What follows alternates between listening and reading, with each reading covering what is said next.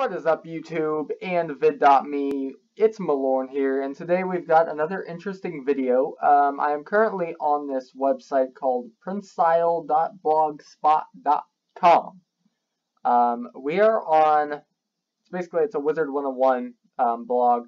We are currently looking at 10 stereotypes in Wizard101. I would like to go ahead and let everyone know that I do not own this website. I did not make this website. I do not own this article. I did not make this article. I am just showcasing it for the sole purpose of just kind of putting it out there because I thought it was pretty interesting myself. So let's go ahead and start reading. Alright, 10 stereotypes in Wizard101. First, a stereotype is a widely held but fixed and oversimplified image or idea of a particular type of person or thing. This basically just tells you that you can find them everywhere in different cultures, and they are pretty common in internet cultures like Wizard101 as well, and it lists them in reverse alphabetical order, which I thought was kind of cool. They decided to list it reverse alphabetical instead of alphabetically or numerically, or alphanumerically. Then again, that'd be kind of weird to list it alphanumerically. Alright, so we got number 10, the All Access Alumnus. All Access Pass. Got little numbers there. This stereotype assumes that anyone who is a max level has completed the game and has access to all of the areas. They could be a Crowns player who occasionally bought membership cards, meaning their access is limited. They could be a completionist and have done a lot of side quests and dungeons, so could have maxed out early. Level is a guideline for this, not a rule. Number 9, the candy consumer. I run into this one a lot. This stereotype assumes that anyone with the Crowns item has crowns. Some Crowns items are possible to get for free with crafting, farming, or through other means like gifting. Yes, it's a safer bet to assume that someone with the Crowns item has crowns over someone without one, but it's no guarantee. I run into that a lot because I've got a whole bunch of Crowns items, and a lot of them, yeah, I did get them from Crowns. I don't really buy Crowns anymore, but I did purchase a lot of stuff with actual money.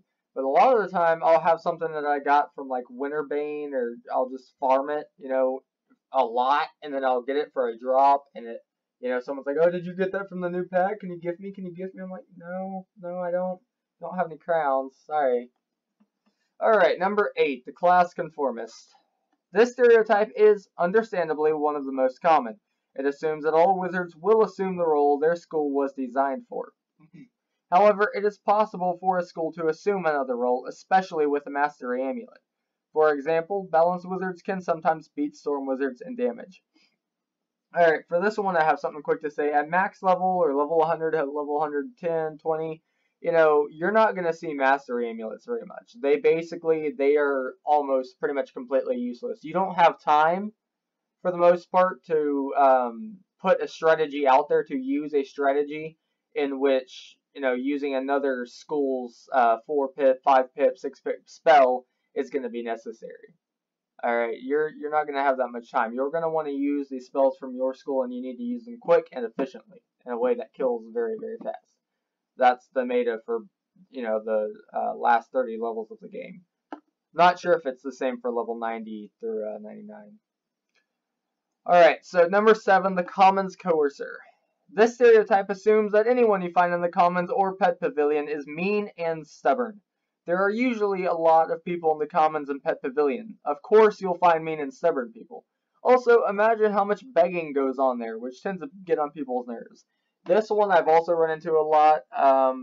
Personally, I'm guilty of using this stereotype, because I go into the Commons a lot, and I basically, if anyone walks up to me at all these days, I just ignore them. If they start talking to me, I'm not going to talk to them. I'm going to click on their wizard, I'm going to click the block button or whatever where they can't talk to me anymore, and I'm going to ignore them. Because I don't know if they're about to say something mean, or, I don't know, and I don't really want to deal with it. A lot of the times, if I'm going to help, if they're asking for help, the way I see it is they could go and they could click the little team up button. There's always a whole bunch of max levels trolling that area. Not trolling, but, looking for people to help out. So, me ignoring them isn't the end of their chances of finding someone to help them. So, I don't know. I just don't really want to go through the trouble of them saying something mean to me and me having to maybe report them or say something back.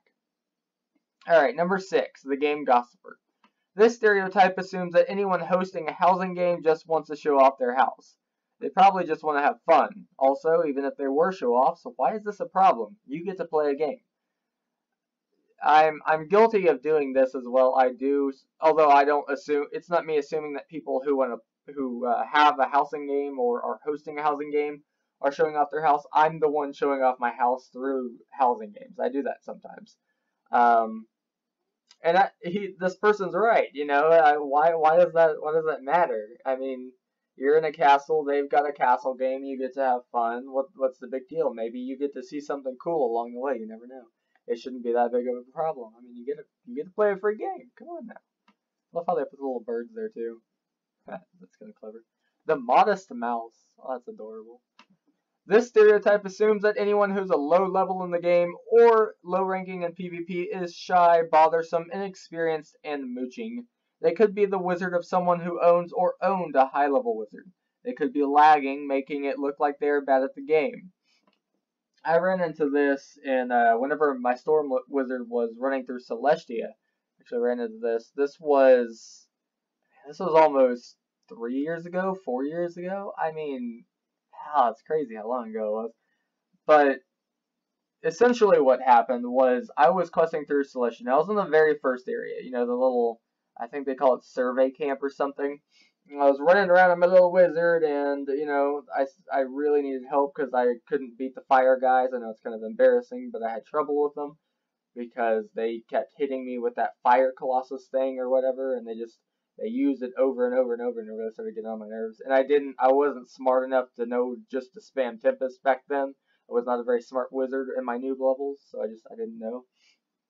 So I was sitting there trying to use freaking Stormlord on these guys. Yeah. By the way, I had already gotten Stormlord. It's a complicated situation. I was one of those people who, I didn't power level. I have a rule completely against power leveling. I will never power level ever. But let's just say I did a lot of side quests. So I'd try and save up for Stormlord, and it just didn't work out. But I asked this guy for help, and he was running by me, and he was like, "Oh, I'm sorry, noob. I'm not going to help you. You're too low of a level. You're not even worth my time." And that was the first time that I had ever met anyone in that game who acted like that. I had never run into anyone up until that point who was so, you know, just rude and just disgusting, you know. And I didn't even say anything. I didn't continue after that. I logged out of the game, logged it back in, and one of my friends was on, and I asked them for help, and I got it. And that was just terrible. Alright, so we have number 4. Sorry about that long little speech. We've got number 4, the mute moron. I love how it's got the little, the dunce hat on it. Dunce cap. It's pretty adorable. This stereotype assumes that anyone that can only use mini chat is inexperienced and doesn't know how to play the game. They could be an They could be an adult playing on an account their child uses. They could be a smart kid, or they could be an older person who put in their age wrong, or they could have just gotten muted by the staff. Now, I've seen people do this a lot. My rule about this is I don't add mutes, not because I think that they're stupid or inexperienced, but because I can't communicate with them. I have no way to communicate with them. I can't tell them what strategy specifically that I want them to use. And I'm not trying to give them a strategy because I think that they're stupid. I'm trying to give them one because most likely it's going to be the most efficient way to finish the battle. And, you know, I think it's going to be the most efficient way to finish the battle. And it's easier if everyone works together. But with mini chat, that becomes extremely difficult. I do help mutes out whenever they need it. If I find them in the little bazaar box, I will help them out with their whatever they need, but I won't add them. Number 3, the old creep. Wow, why'd you put Merle Ambrose there, yo? That one's kind of mean. I feel bad for him. This stereotype assumes that anyone who is a teenager or adult on Wizard101 is a creep. Wizard101 is a family game, so of course you'll see older people. Wizard101 has also gotten increasingly more complicated, which means it has gotten farther away from a kid's game. Also, about 60% of adults ages 30 to 49 are gamers. This one's also another thing, and I'm pretty sure a lot of these, basically all of us have have experienced almost all of these, or have even been the ones who partook in them. You know, who actually who uh, who are guilty of these things. And it's not like being guilty of this is just makes you a terrible, horrible, awful person or anything. But you know, it's just things that you gotta think about before you do them. You know, and if you don't think about it, it's not that big of a deal. Just you know, try to be aware. Um, but I've run into this a lot. People, and not in the game specifically, but you know, in different communities, like throughout YouTube actually, or throughout Facebook or Twitter. You know, if you even mention Wizard101 and you know people go and check your profile and you look like a teenager, or you've got a beard, or you look like an adult, you've got a beer in your hand or something, they automatically always assume that you're uh, the P word, the PED word. All right, they assume that you're a creep, and they assume that you're there because you're weird and yeah, you're there for other reasons that aren't very appropriate. I'm trying to keep this video as PG-13 as I possibly can, but I just I'm so bad at it. Oh Lord. All right, number two, the supreme snob. I love that picture. This stereotype assumes that anyone who is a high level in the game or high ranking in PvP is boastful, narcissistic, judgmental, and irritating. They could instead be a decent person. When they were an inexperienced wizard, they could have been intimidated by a high level and made a vow to themselves to not model them. Now, I've been mean to wizards before in the game. I've been mean to some of the lower levels. You know, I've been playing this game since I was, I think, like 13, 12, 13, 14, and I'm now an adult. I mean, I've been playing this game for a long time now. And whenever I was younger, I have to admit, I did pick on lower levels. Alright, I am guilty as anyone could be about that. But nowadays, I don't really do that. You know, if you're a lower level, I'll talk to you with respect, unless you don't give me a reason to. You know, if you're sitting there and you're being rude to me, or, you know, if we're in a battle and it seems to me like you are purposefully, and I'm not trying to be bossy here, but if you're purposefully not doing what I say whenever I have a good idea to finish the battle faster so I can help you, you know, when you just decide to completely ignore anything I say, then yeah, I'm not going to be very happy. I'm not going to be very nice to you. One thing that I've noticed is a lot of wizards in this game, low levels especially, they automatically assume, and this should be on this list, they automatically assume that anyone who is telling them what to do in a battle is trying to just completely take control and is trying to, you know, be bossy and is trying to be rude and just, you know, wants everyone to do what they want them to do. Well, no, they want to help you out, and they know or think that they have a strategy that could do that in a nice and efficient way that packages everything up neatly, you know. And giving them the benefit of the doubt there is really helpful. That whole teaming up, you know, teammate thing. I mean, Wizard101 is a game that is not easy to solo. It's not. So you got to work with teammates, or if you do solo it and you need help, you know, and you team up with, you put yourself in the team up box, and a high level comes around and he helps you out, but you ignore everything he's telling you to do, then you are not helping yourself in that case. You are going against your own needs. The high level is not trying to be bossy. They think they have a way to beat the battle or the puzzle or whatever quicker, and you should try, and you know, you should let them do what they need to do. All right, number one, the Tempest Tantrum Thrower. I love this. There's a little eye there too. That's a nice little picture. This stereotype assumes that all Storm Wizards love and voraciously use the Tempest spell. To be honest, this spell is highly overrated. Stormlord costs 7 pips and deals 690 base damage. At 7 pips, Tempest can only do 560 base damage. It takes Tempest 8 pips to get 50 base damage points below Storm Wizard or Stormlord.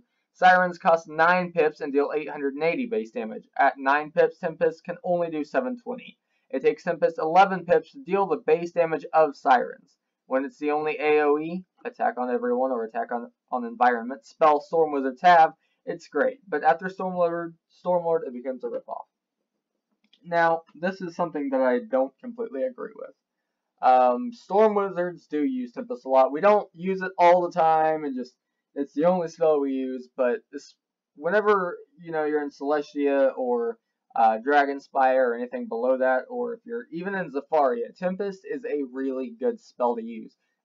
Mostly when dealing with mobs, because mobs have very low health, and most of the time Tempest on the first round is enough to either take their health down by half, by a vast majority, or just completely eliminate them all at once. You end up doing a lot more damage in the first round, and you have a chance of taking them out. With Stormlord, you'd have to wait an extra round, in which case, the mobs could shield, they could weakness, some mobs nowadays have, plague.